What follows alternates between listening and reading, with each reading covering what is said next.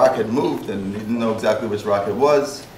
And the people are they're mislearning him. They're acting the way they act, generally speaking, in the midbar. They're asking, why did you take us out of Mitzrayim? For this, you took us out of Mitzrayim.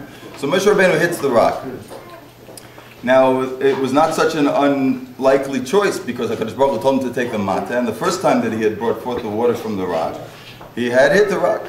So when immediately afterwards the Torah takes a turn, and HaKadosh Baruch Hu says to Moshe Rabbeinu, because you didn't take this opportunity, the Lashon is lahakti sheni, you didn't take this opportunity to be Mekadesh Shem Shemayim, so therefore you're not going to go into Eretz Yisrael. So if you think about it, Rashi has a very crucial job over here. Rashi has to explain to us what exactly was missed, what opportunity was missed by Moshe Rabbeinu by hitting the rock. After all, rocks don't generally give forth water. So if the question is making a Kiddush Hashem, so there's certainly a Kiddush Hashem was made. Rocks don't give forth water. Now there's a rock that's giving forth water. So he hit the rock instead of speaking to the rock. Why is that such a big deal? What's the big difference? And why does HaKadosh Baruch Hu punish him in this way? So I heard once a very beautiful explanation that, what Rashi says first, before we get to the explanation, Rashi says that it's a Kal V'chomer. Moshe Rabbeinu could have taught Klal Yisrael a Kal V'chomer. What was the Kal V'chomer? Says Rashi. Just right, a Kal V'chomer in English is a priori.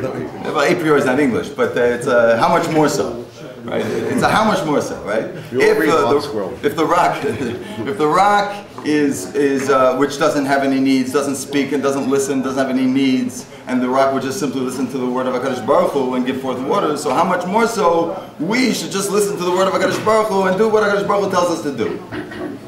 So that seems very nice, but if you think about it for more than a moment, you realize that the Kal V'chomer seems to make absolutely no sense whatsoever. Because in fact, imagine I'm putting my child to sleep, and I tell him, he says no, he doesn't want to go to sleep, so I tell him, listen, I'm going to make you a Kal V'chomer. That if the computer which you're playing on and enjoying, right, when I tell it to go to sleep, and I push the button, so it just goes right to sleep. So, and the computer doesn't have any needs, the computer doesn't speak and doesn't listen, so how much more so you who speaks and listen, you have needs, you should certainly listen to me and go to sleep right when I tell you. So my son's going to look at me and say, well, that doesn't make any sense. The computer dafka goes to sleep when you tell it to because it doesn't speak and it doesn't listen and it doesn't have needs. And that's why it listens, and I can speak and listen and I have needs, and therefore I'm not going to listen to you. Well, so what kind of a Kal V'chomer would that be? So what is Rashi trying to teach us here? So a beautiful way of understanding this Kal V'chomer is to say that the following, that what Moshe Rabbeinu could have taught Klal Yisrael was that Adarabah, we have to realize that we're created for a purpose. Every single human being, every purpose, certainly every Yid is created to play a part in the cosmic role of creation. We have something that we have to contribute that brings the world closer to Yemais HaMashiach, to the end goal of V'haya b'yom ha'hu yeh Hashem echad u'shmo echad. And we don't choose the point of creation. We don't choose when we're born or to whom we're born, who our parents are. We don't choose the end of our lives. We, however, make choices in between. And what Moshe Rabbeinu could have taught Klal Yisrael is that because we don't choose the point A and we don't choose the point Z, so what that means is that we're going to get to that same endpoint no matter what we do.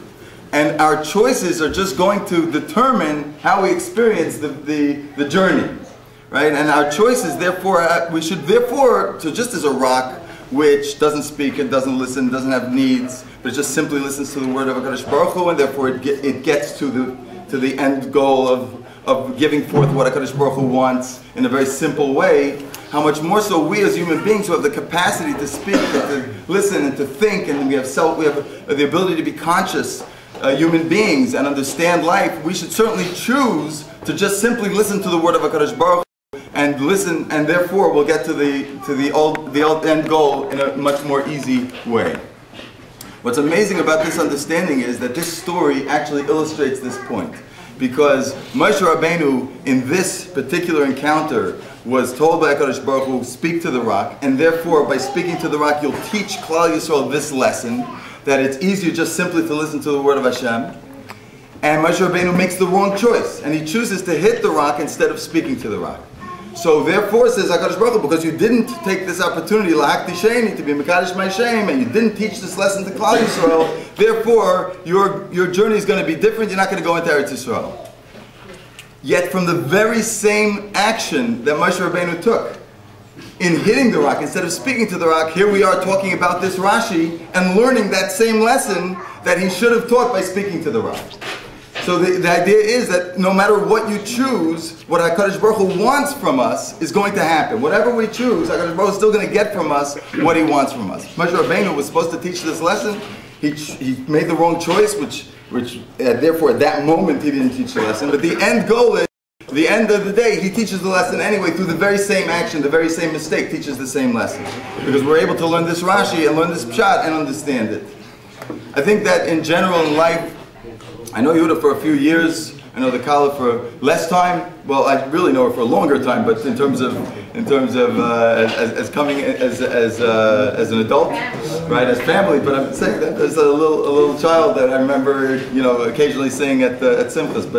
But this is a couple that are making choices. We're all making choices, and they're making choices in the world. They've chosen to build a Bayis Neman, and as they are being megadol their child and Bez Hashem their children, so they're going to find that they're going to have to make choices. Their choices: where do you send your children to school, and how do you structure your house, and so on and so forth. And I can say that knowing Yehuda as I do as a Talmud, that he's a person who takes choices very seriously, and he's not the person who acts impulsively, and he has a tremendous ratzon. And as a couple, they have a tremendous ratzon to listen to the word of HaKadosh Baruch Hu, to make the choices that HaKadosh Baruch Hu wants them to make.